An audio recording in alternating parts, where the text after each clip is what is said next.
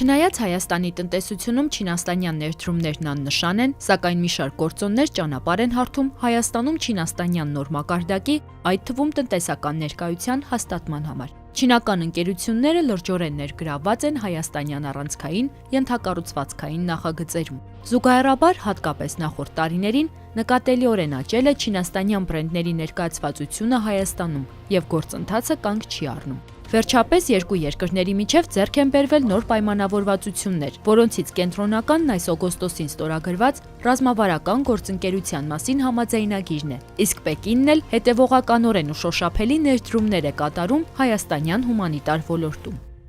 Պատմականորեն չինական ներդրումները Հայաստանում մեծ ծավալ չեն ունեցել, հիմնականում էպիզոդիկ բնույթ են կրել,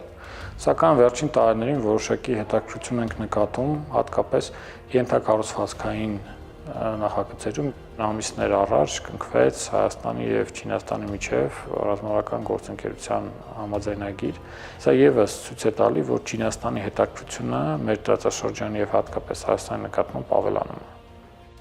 Չինական ընկերությունների ներգրավվածությունն աշխարհի տարբեր մասերի հաճախ առանցքային ենթակառուցվածքային ծրագրերում նորություն չէ, Հայաստանը բացառություն չէ։ Հայաստանյան հյուսիս-հարավ ճանապարհային միջանցքի 3-րդ տրանշի Թալին-Գյումրի գրեթե 42 կիլոմետր երկարությամբ հատվածի շինարարական աշխատանքներն իրականացրել են չինական Sino-Hydro Corporation Limited ընկերությունն ու դրա ենթակապալառու SA Mining LLC ընկերությունը։ Sino-Hydro-ն չինական պետական խոշոր շինարարական ձեռնարկություն է եւ Չինաստանի էներգետիկ շինարարության կորպորացիայի Power China-ի դուստր ձեռնարկությունը։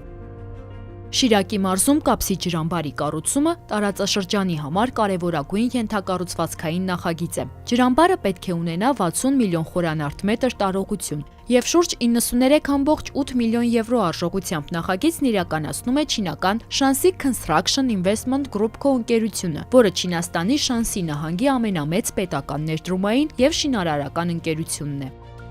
Հաջորդ օրինակը Մասրիկ 1 արևային էլեկտրակայանն է, որը Հայաստանում առաջին խոշոր արդյունաբերական արևային էլեկտրակայանն է, նաև առաջինը Կովկասում, իր 55 մեգավատ հզորությամբ։ Շինարարական աշխատանքներն իրականացվել են հոլանդական ընկերության կողմից, չինական կապալառու China Machinery Engineering Corporation ընկերության հետ համագործակցությամբ, որը պետական սեփականություն հանդիսացող Sino-Mach ընկերության դուստր ձեռնարկություն է։ Ֆոտովոլտային մոդուլների մատակարարը նույնպես չինական ընկերություն է՝ Jingo Solar-ը։ Վերջին տարիներին մենք նկատում ենք ինչպես աշխարհի տարբեր երկրներում, այնպես էլ Հայաստանում չինական բրենդների ակտիվություն, հատկապես խոսքը առևտրային հարթակների մասին է գնում, որտեղ չինական արտադրողները փորձում են որոնց միջոցով իրենց ապրանքները ամբողջ աշխարհում իրացնել, այդ թվում Հայաստանում։ Հատկապես խոսքը գնում է AliExpress-ի, Temu-ի, Alibaba.com-ի մասին եւ այս առումով Հայաստանը, այսպես ասած, բացառություն չի, մենք տեսնում ենք այդ ակտիվությունը։ Հայաստանում մասնագիտացված խանութներ ունենք Xiaomi-ն, Haier-ը, Jetur-ը, վերջերս նաև Huntsy էլեկտրոմոբիլները։ Սակայն ամենից նշանակալին մնում է հայաստանյան 1000 խոշոր հարկատուների ցանկում ընդգրկված Huawei-ի մուտքը, որը թեպետ պաշտոնապես ներկայանում է որպես մասնավոր ընկերություն, սակայն հայտնի են ընկերության կապերը Չինաստանի իշխող կոմունիստական կուսակցության հետ։ Պաշտոնական Երևանը ժամանակին անգամ քննարկում էր Huawei-ի հետ Հայաստանում խելացի տեխնոլոգիաների ներդրման եւ 5G ցանցի զարգացումը։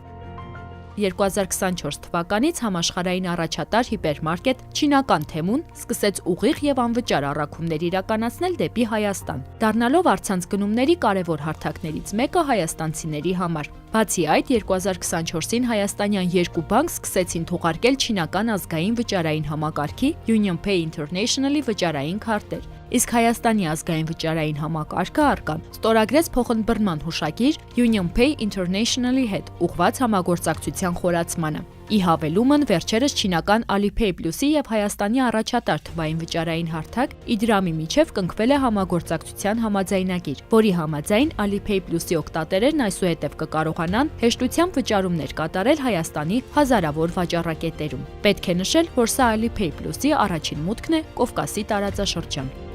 Վերջին 15-20 տարիների ընթացքում մենք ականատես ենք լինում, որ Չինաստանը պարբերաբար հումանիտար օգնություն է տրամադրում Հայաստանին։ Եղել են տարիներ, որտեղ այդ օգնությունը դրսևորվել է շտապօգնության մեքենաների տրամադրման տեսքով։ Վերջին տարիներին դրանք հիմնականում խոշոր կառուցապատման նախագծեր են։